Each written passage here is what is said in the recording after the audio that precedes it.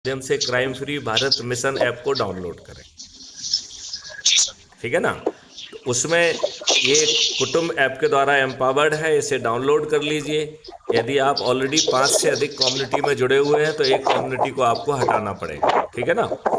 फिर आप crime free Bharat mission से जुड़ पाएंगे। अपना फोटो डालिए, अपने बारे में 2 लाइन लिखिए और उसको जुड़कर अपने लोगों को इनवाइट करना चालू करिए।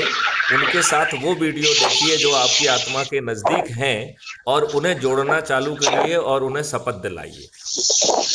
यदि हम इसके लिए महापरिवर्तन के लिए चाय, महापरिवर्तन के लिए भोज, महापरिवर्तन के लिए धार्मिक आयोजन, महापरिवर्तन के लिए जन्म दिवस आयोजन समारोह और महापरिवर्तन के लिए शादी का सालगिरह समारोह, यदि इस तरीके की चीज़ें भी आमंत्रित करते हैं तो हम जो बहुत सारे लोग इकट्ठे होते हैं, हम जो